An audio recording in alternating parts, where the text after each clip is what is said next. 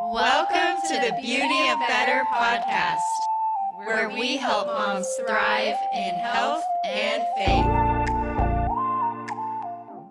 Hi, Mama. Welcome to this week's episode. We are so excited. We're going to be talking about sleep, which I think as a mom is something that we all crave more of. I know I do. But today we're going to talk about the health benefits of sleep and some of the consequences of not getting enough sleep. We'll talk about ways to improve your sleep hygiene. So just think of that as like how to improve your sleep quality. And yeah, that's kind of where we're going. But to start, I have a really fun question that I want to ask everybody. So I saw this and I thought it was just a really fun idea. So if you had to pick one of these things, which one would you pick? Okay. So it's kind of like a would you rather. So A is you never have to cook dinner ever again. B is you get 8 hours of sleep every single night. And C is your house cleans itself. Ooh. Oh, those are good. Yeah, those are good. Right? Yeah. Mm. I definitely pick the your house cleans itself, 100%. It's my I least asked my favorite. husband that, and he said the house cleaning itself, but I think I would pick the 8 hours, honestly. Yeah. I think I'm leaning towards the house cleaning itself because I feel like then dinner doesn't feel as hard and then I feel like I can sleep better. So I feel like it kind of ties into the other two. Yeah, I would definitely say same because I feel like when I try to sit down when my kids go to bed, I cannot relax if there's clutter in a certain room or in my bedroom. And so I'm like, if I just didn't see that clutter, Yeah. if it just You'd get didn't, better rest. Yeah. yeah, just like a little snap of the fingers and it's gone, you know? Or is it the other Um, way around where if we slept more, we'd have You more could energy just to handle clean? it better, maybe. I don't Still yeah, know. I wouldn't was want a to little clean. torn. I'm I gonna go think I, with cleaning. yeah, I Yeah. think we've learned to function with less sleep, but Yeah. yeah. Yeah. That's a fun icebreaker, That was a fun Kelsey. icebreaker. Oh. Glad you guys liked it. Yeah. Well, I'm going to jump in and talk about why we need sleep because I think that as moms, regardless of what season we're in, like there's always things that contend for our sleep and always things that contend for our hours. Sometimes we can control them and sometimes we can't, right? And especially, I mean, Kelsey, you're in the newborn stages right now. Like it's a lot harder to find sleep. And then Kathleen, you have new routines with new ones. So, yeah, I think we're all in different seasons. And so I think it's a good reminder to remember why we need to sleep because I think we've all learned to function on less sleep than what's optimal. And sometimes I don't know about you guys, but I feel like I've got to go, go, go. And like you sacrifice your sleep for everything else that needs to happen. Mhm. But let's talk about why we should not sacrifice our sleep. So sleep can help our moods. It can help our cognitive function, so how our brain is functioning, our memory. It really helps with our immune system. This is the one I teach on a lot, just because when you're sleeping, that's when your body starts to repair cells, repair tissues. It builds immune system cells. So I don't know about you guys, but one of the things I notice first off when I start to not have enough sleep is I start to feel like I'm getting sick. My eyes start to hurt and I start to feel like, am I getting a cold? Am I getting sick? And I'm like, I don't have an immune system right now. I need to sleep. Like I really notice that a lot. Our sleep also impacts our metabolism, our weight management, our hormone regulation. There's so many things I feel like I could go on and on and on about. But I want us to all jump in because I think that we can all speak to these things and even more of just like, what do our bodies do when they reset and they sleep? And why should we be prioritizing this as moms? Because I think maybe it could feel selfish sometimes, right? To say like, oh, I need to go to bed and I need to sleep instead of cleaning or instead of doing laundry or instead of whatever we need to do that is on the never ending list. So maybe we could just chat through that a little bit.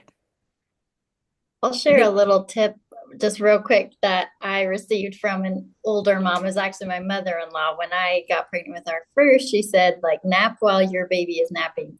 And I actually took that to heart. And when my firstborn was born, I napped when she napped. And honestly, like energized me. It was exactly what I needed. Like maybe, yes, maybe there was laundry that needed to be done, stuff needed cleaned in the house, but the energy that that gave me, I came to it so much more like energized and enthused. And I honestly feel like it helped me kind of like overcome some of the like baby blues. Like I had a really hard birth with my daughter, and actually in that healing recovery process, like I needed that sleep in order to really just recover. And so I gave myself permission to. I took her advice. And actually, like when I was able to take naps with my other ones, like if my husband was home and he could take my other toddler with my second born, then I did it. And I took naps when I could, because I really see the value of that, like just being refreshed and recharged. My mood is so much better for my kids if I get that little time to myself. And so yeah, I'm such an advocate for naps when you can get one. Yeah, I definitely, it made me think of like the rest and recover piece. Like I think recovery from whether it's illnesses or injury, or I mean, our body is helping us function through the whole day. And so a lot of times, if our kids get hurt, we're like, oh, you got to get your sleep, because that's when, the construction workers come out and they're building and repairing and doing all these things in your I body. And love that. so it's just giving them that imagery of like, this is kind of even better than maybe a medicine that they could take to help them repair. And like, you're going to get better faster. And, so kind of amping that up. Even my son, I was talking about sleep, and he's like, oh, yeah, because if you don't sleep, your brain just goes crazy and you see things that are not real. And I was like, oh, this is good. Like some of this is happening. Yeah. So just kind of that thought of the repair. It just have to remind yourself, like, yeah, I've done a lot today. Like, it doesn't matter like if the to-do list was super long or just, what was on it necessarily. You need that time to get out of fight or flight. Mhm. Just to kind of help you manage even chronic and daily stresses. Yeah, absolutely. I was just also going to throw in that it's like right after you have a baby, you really do need to rest. Like your body just went through like the most intense thing that it's physically capable of doing, and if you don't get that rest, you're going to delay the healing process, and it also really affects your likelihood of getting postpartum depression and like your overall parenting capacity, I feel like, especially if you have other kids. That Kathleen, I got that same advice, like sleep when the baby sleeps, and you're like, oh, well, this doesn't really work now that I've got multiple other kids. So if I always tell my husband like my biggest love language right now is like if you can give me a nap, I'm just loving that. I feel like that's an act of service to me, and that's like one of my love languages is acts of service. So if I can get a nap, that's ideal. But yeah, like 1 in 8 women get postpartum depression. So if you're able to sleep more and not be as sleep deprived. I mean, we're all sleep deprived in that initial newborn phase, but if you can get a nap during the day, or if you're, choosing to like alternate shifts at night, that's not really something that has worked for me yet. But if that is a possibility for you, then I would definitely say do that. Like there's lots of options to get your baby fed, and if you can sleep a little bit longer stretch at night, then take that, and definitely don't feel bad about that, because it is going to improve your mood. We, like as women, we have lots of hormone changes going on even when we're not pregnant or postpartum, right? Like our menstrual cycle, there's a lot of hormonal changes. And so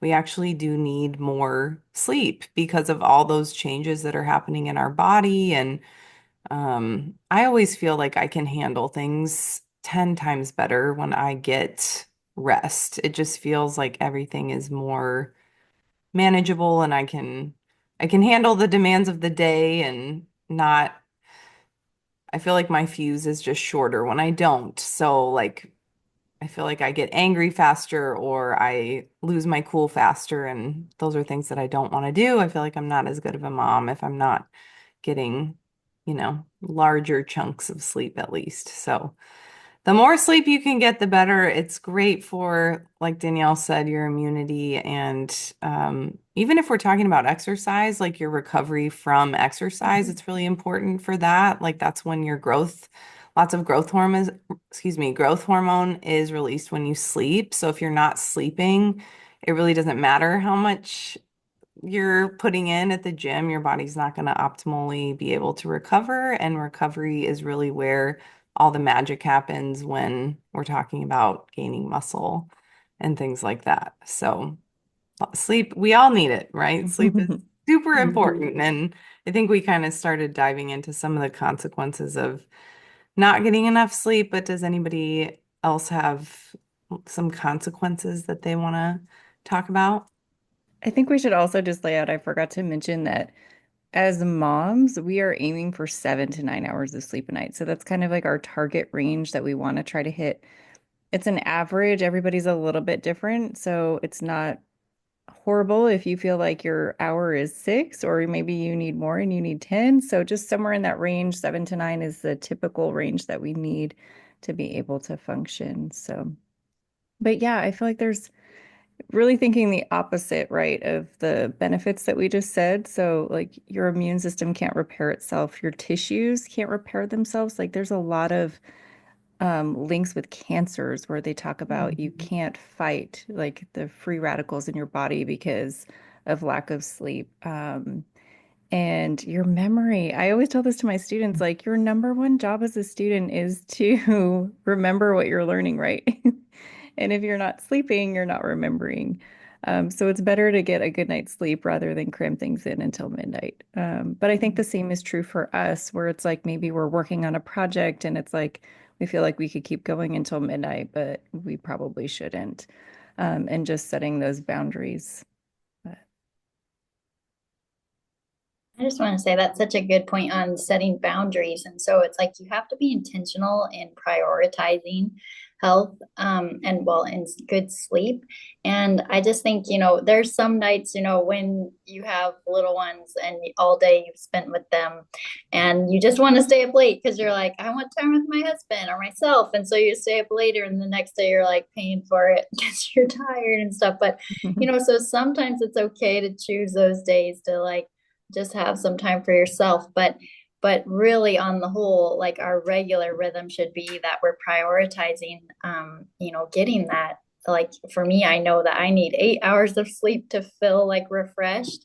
I've like just seen that over time. 7 doesn't feel enough, and 9 I just feel groggy. And so like if I can hit that window, like that's helpful for me. But I just think like it really does take intentionality and like I think too, the God of the universe, like he rested himself. Like it's a gift from God to rest. And sometimes if we're finding ourselves avoiding rest, maybe it's because we think that like we have to carry all the things ourselves. Maybe we feel that if we rest, something won't get done or a ball will be dropped. And I think it's just really important to kind of ask yourself like why am I not letting myself rest? Why am I not prioritizing this? What's my like internal belief that's making me think that rest is not good? And even bringing that before the Lord and just saying, God, would you teach me to rest? If you're not good at resting, like just asking the Lord to like just help you in that and teach you how to have self-control and patience and all of those things, all of the fruits of his spirit in order to enter into his rest. So I just wanted to say that little point, the God of the universe himself, he rested. So it's important. It's written into our DNA. I love that. Kathleen, that reminded me, there's a verse in Psalm 127, and it says, the Lord gives sleep to those he loves. And I just love that. I think that's such a sweet verse, but it's talking about how like if you're getting up early and you're going to bed late, like that's the kind of the context before the verse. Like if you're doing that, you're like eating the bread of sorrows because you're toiling in vain. But if you like God's going to give you sleep, like you need to trust that he's going to provide for you even while you're asleep. And like sometimes if you can't get the house perfectly spotless and clean, that's something that I like to go to bed with a clean house. And some nights I'm like, okay, there's going to be a couple dishes in the sink and I'm going to do it in the morning. Like discipline, but also grace, I think, right? Like having the discipline to choose, is it better to like get an extra 30 to 40 minutes of sleep, or do I really have to pick all this up? Or should I do that earlier? Or should I get my kids to help me do that before they go to bed? Or like thinking outside the box and trying to find some different ways to do that. So we've been doing that with our kids more, just involving them like in the cleanup process, and they love it. They think it's fun because they're just doing like it's part of a project they're doing with us, and then it kind of saves us a little bit of work after they go to bed. So Yeah, it's good. You're modeling it. That makes me think of a verse that my mother-in-law shared and had my husband and his siblings repeat when they were kids. And she would say it in Spanish, but I'll just share in English here. And it's Psalms 4:8. It says, "In peace I will both lie down and sleep. For you alone, O Lord, make me dwell in safety." And I think sometimes the like hustling and bustling, kind of tying back into what Kathleen was saying, is like, are we like feeling like we're really in the ownership of our days and our projects, or are we recognizing like our safety and our sustenance really comes with him? So like sleeping peacefully, it's not just like, oh, I'm gonna lie down and sleep because it's too dark outside to do anything else, but like yeah, and that's a prayer that like as our kids, or if they get nervous when they're trying to fall asleep, like we'll have them say that verse of like, your God's a big God and he has got this, so like you have nothing to fear, you can sleep with peace. And makes you think of all the things they went through in the Bible that you're like, oh, they didn't have the shelters we have, they didn't have like the other resources, and like God called them to lie down in peace and sleep and rest, and says, I got this, you need to rest. And so that's one that we like to come back to as a family. Mm. I preached a sermon at one of our chapels, I think it was last year, on sleep. And I really started to dive into what does the Bible say about sleep, and what I just felt like I had this revelation, and I was processing with my husband as I was preparing this sermon, and just all of the times in the Bible where God spoke in dreams or angels spoke in dreams. And it came to me where it's like, what are we missing? Like maybe God is trying to speak to us and we're not taking the time to rest, like he's telling us to rest, and he wants to speak in a dream to us. Or like it's just another form of communication that we learn about in the Bible where God can speak to us or reveal things to us.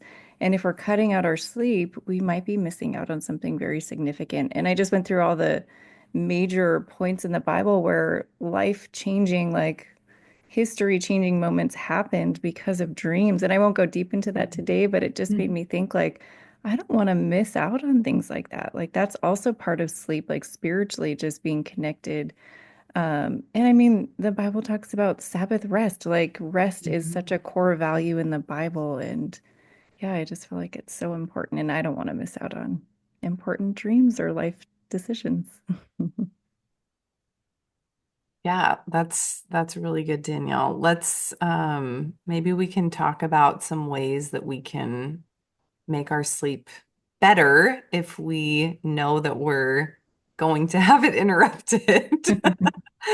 I know one thing that I did this time around that I think really, really helped, especially in the middle of the night, is I switched out all the light bulbs in our room to red light bulbs, like for our lamps and things like that. So when I turn on the light and I'm nursing in the middle of the night, it's like a red light, which is not so blue light and red light. So blue light is coming from like superficial lights like LEDs and screens, and it's basically telling your body, don't make melatonin, don't make melatonin, like it's time to wake up, it's daytime, and it's not daytime. So artificial light can be one thing that really impacts your sleep, especially today, because so many of us are, if you are working late, maybe after the kids go to bed, or you're watching a movie or whatever it might be, that light is basically telling your body it's not time to go to sleep. So that can affect your sleep quality.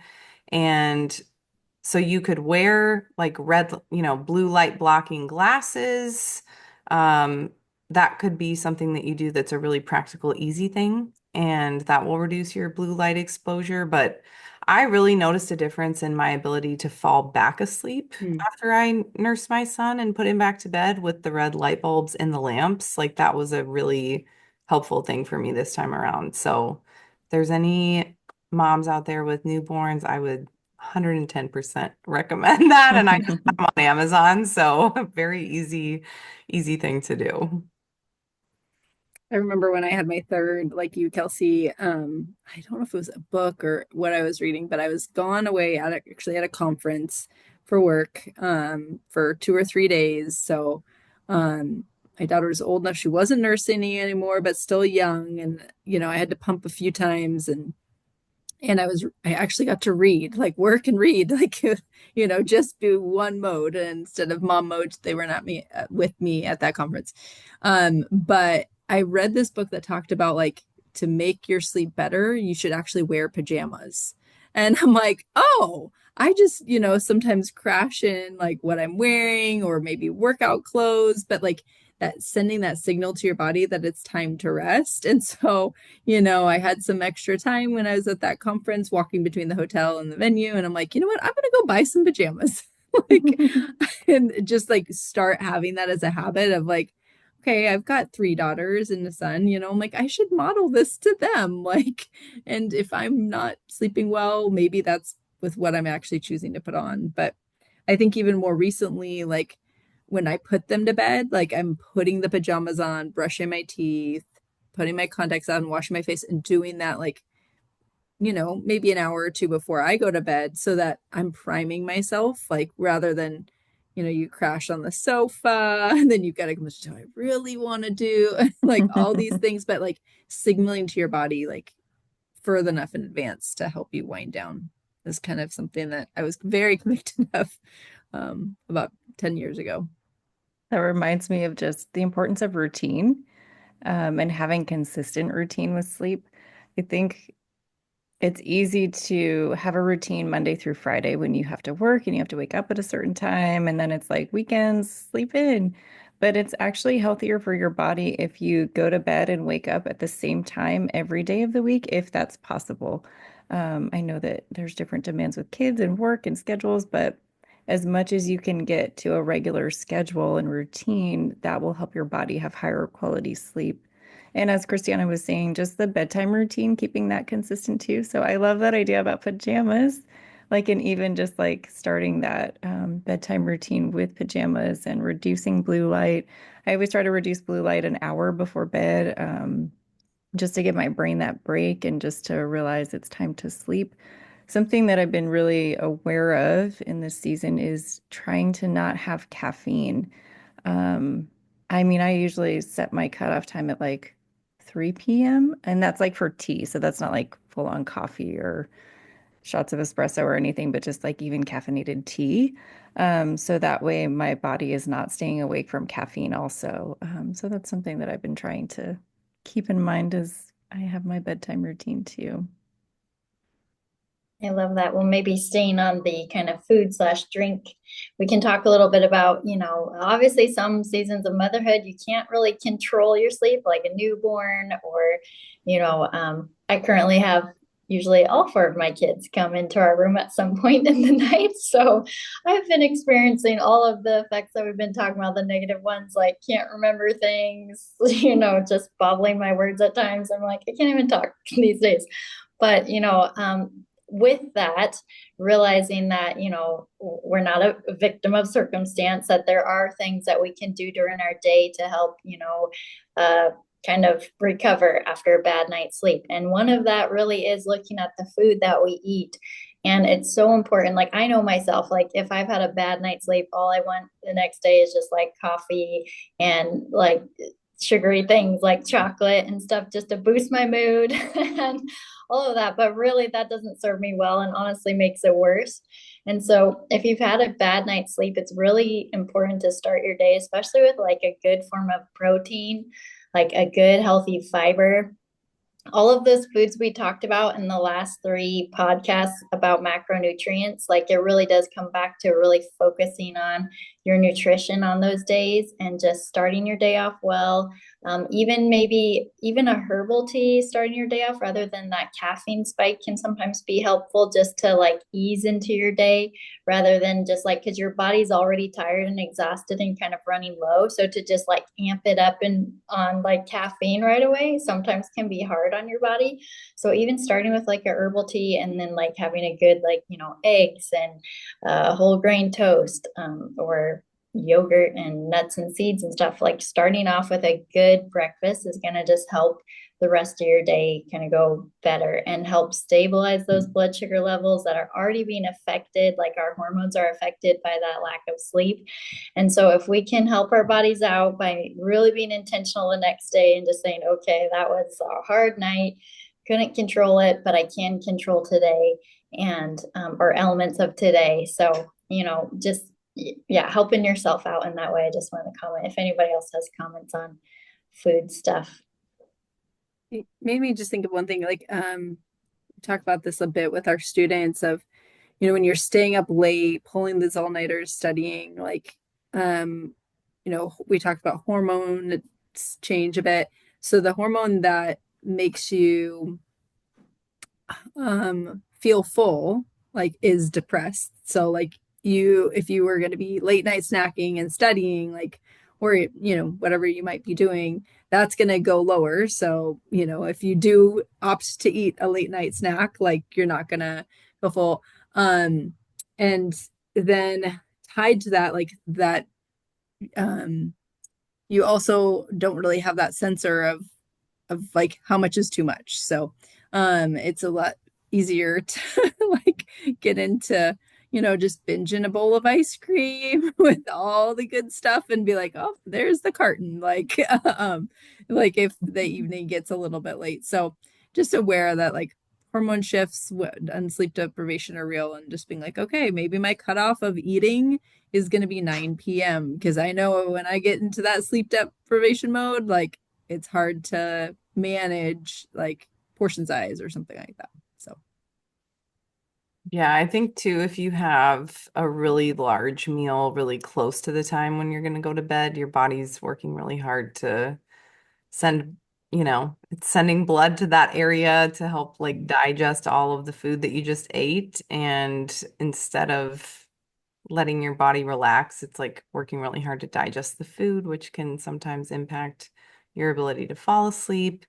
Um, Something else that I was thinking about was sometimes it can be like the bedtime routine can also help your mind unwind as well. So something that I have started doing because I like to journal, but in this season of having a newborn, I feel like I don't have the energy to do it at the end of the day. So I use a journal it's literally called One Line a Day, and you write like one or two sentences about your day in it, and then you get to do that throughout the year, and then it has 5 years of lines. So every day you can like look back and see what you were doing that day a year ago, and it's kind of fun to just like, okay, I can do like 2 lines in a journal, right? And that like helps me just unwind a little bit. And then I do write down 5 things I'm grateful for right before I go to bed, and I feel like that gets my head in like a really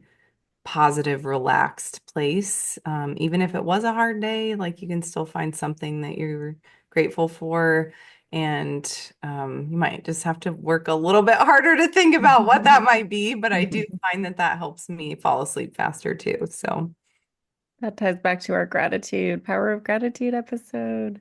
yeah. I did really quick just want to speak to working moms who travel, because I travel a lot and I have some other mom friends who I know travel to different countries as well. And that can be challenging, right? I often travel to places where I switch my nights and my days.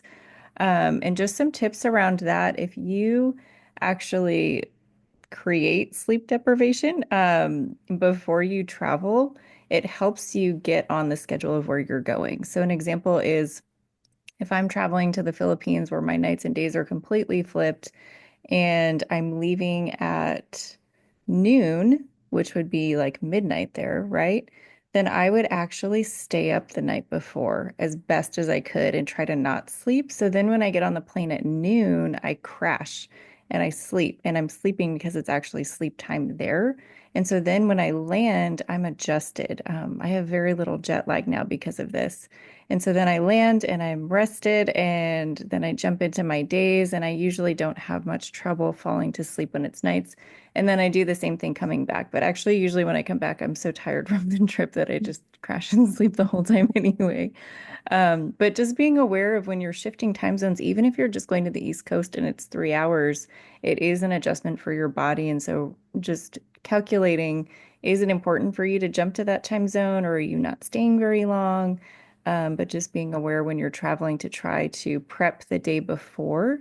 I also try to completely cut out caffeine the month before I travel, just so that when I do need a cup of coffee to wake up, it really impacts me a lot more than if I have it all the time, and then I don't get caffeine headaches either. So those are just some travel tips for our travel working moms out there. Does anybody have anything else to add just on bedtime routines, sleep tips, things that you do before we wrap up? I might just share this as a short one. This is relating to kiddos because like both of my boys like were waking up like just so like angry and crying, and I was like, what should I do with that? And the tip that someone gave me is like give them a protein snack before bed, like a cheese stick or like even a cup of milk or something. And also the calcium in there can help, kind of stimulate sleep as well. But ever since I've been doing that, like especially my son Jeremiah, like he's 3, he doesn't wake up crying anymore. And sometimes that can just be like, and like I know myself, I do have a naturally high metabolism, so I wake up like ravishing, like really hungry. I always have been like that.